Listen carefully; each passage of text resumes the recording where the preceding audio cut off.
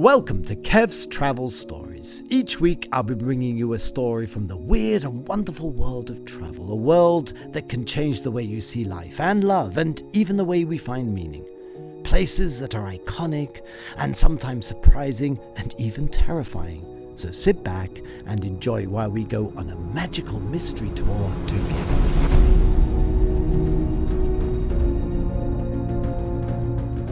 Welcome to Kevs Travel Story, and this week we visit Auschwitz. Auschwitz is a name that has a very the darkest history. It was the Nazis' chief, largest, most productive extermination camp, situated in Poland, just outside of Kracow. And it still exists to bear testament of what we can do to one another. And it is we are talking about. Homo sapiens, the human race. So there's an incredible lesson to be learned from going to Auschwitz. I'd always had a fascination with Auschwitz from my youth because my father, who fought in the Second World War, had a book about Auschwitz, which I had access to, and it had appalling photographs in. Maybe I shouldn't have been looking at those photographs at the age I would be, which was 8 or 9. Anyway, I did, and it stayed with me because there was something personal about Auschwitz, because my father had risked his life. 3 times had been shipwrecked in the Atlantic, fighting the man that had created Auschwitz. And it strikes me as so important to go there and witness what happened, because it relates to another podcast I did about Nuremberg and visiting the Zeppelin fields. You can find that podcast on earlier editions on Spotify and on the other platforms. And in Nuremberg, I stood in the Zeppelin field and saw and felt the presence of Hitler as he delivered his ideology to hundreds of thousands of adoring fans, German fans. And Auschwitz is the progression and the outcome of that sort of popular rhetoric that Hitler spouted. So I think it's really important to join the dots and to see what history and what visiting locations can actually do and how it can inform us and how it can possibly prevent another catastrophe from happening. Anyway, I was on a press trip to Warsaw and Krakow when Poland joined the EU. And it struck me forcibly that Auschwitz was not included on the press trip, which had an international contingent. We visited Warsaw first and then made our way to Krakow, which is the most wonderful town. And there's an accompanying podcast on Krakow as a destination, which I'd highly recommend visiting. So do listen to that. But I had to make my own way to Auschwitz. I had to organize a taxi, and the people who were organizing the press trip, they were sort of indifferent as to wherever I went. The rest of the press contingent went to the salt mines, but I knew I had to visit Auschwitz. I'd been haunted by it. I think those images of Pope John Paul, who had been the first Polish pope, visiting Auschwitz and getting down on his knees outside one of the cells where people were exterminated, had sort of resonated with me. And that was just a couple of years before I visited. And I remember the words of the poet: "Those who do not remember the past are condemned to repeat it." And so it was sort of with mounting excitement and a certain sense of dread that I got into the taxi. By now, I'd been accompanied by the Sky news crew that was on this trip, and they'd sort of twigged that this was a much better option than going to the salt mines, and so it turned out. As we were arriving there, some spooky things actually happened. We drove down the exact track where the train bringing the condemned Jews from around Europe, that track still exists, and a train haunted us all the way along. It drove beside us, and it gave us an eerie sense of, wow, we're journeying with the souls of the past here. And I really got that feeling, without being too fanciful, that you can really channel a sense of what happened, particularly when they're such powerful places like Auschwitz. We arrived and immediately hit a brick wall. No filming would be allowed.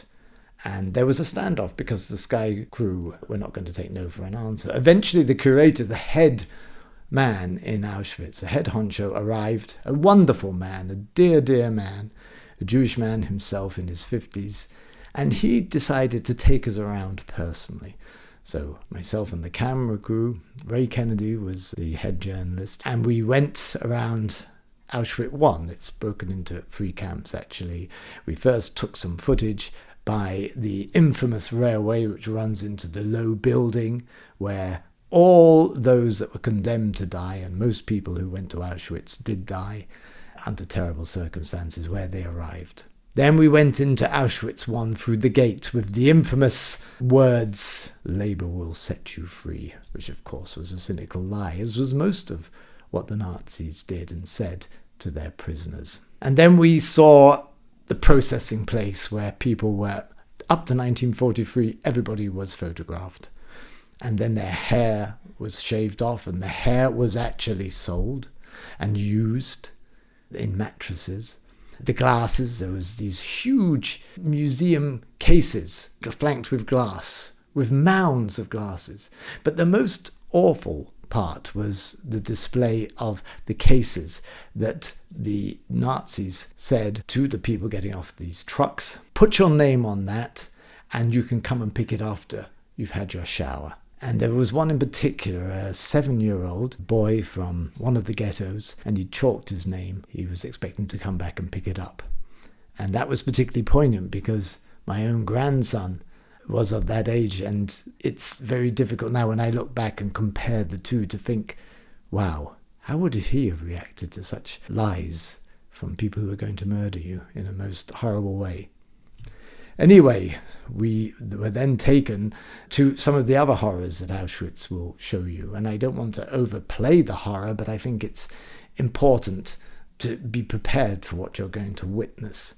This gets grim now. There is a place called the Death Wall, where particular prisoners who disobeyed some of the rules, and remember, if you wore more than one shirt, and this was a Polish winter, sub-zero temperatures, you would be selected for particularly gruesome treatment. And in the death wall, you were condemned, your clothes were taken off, you were forced to run to this wall, which was like cork, and there you were shot, naked, freezing. It's difficult to imagine anything worse. Then there was a thing called the standing prison, where it was a box, no bigger than this room I'm in, and dozens of people were forced into it for the night. They had to stand so they couldn't sleep. And it started to really get me how humanity can think of these ways, not just to kill you, which I suppose is bad enough, but to make your death such an awful experience. It's beyond imagination, really. And things got worse because you then go to visit the first gas chamber. We were taken around by the curator, and they had several experimental gas chambers, smaller, where they would try out the cyclone poisonous gas and see how they could make it more efficient. The Germans were extremely efficient, and this became an industrial killing machine. If you listen to my podcast on the killing fields, you will see there was an agricultural killing machines in Cambodia just 40 years ago, where 2 million souls died. And that was done with hose because they couldn't afford bullets. But here it was on an industrial scale. And then we actually visited the cell where this famous priest gave up his life for another cellmate, so he was starved to death. And this is where the iconic photograph of Pope John Paul II made the headlines when he knelt as the first Polish pope to visit Auschwitz to witness this. And then after that, our curator got us in a car and drove us over to Auschwitz, Kracow. And this is this vast killing field. It's the size of a small city, and it's just empty. And by now, people were leaving. And because we were the curator, we were allowed to stay. And here you see the crematoriums and the gas chambers, which the Nazis blew up as the Russians were approaching, in the vain hope that what they had done would be somehow destroyed. But of course it wasn't.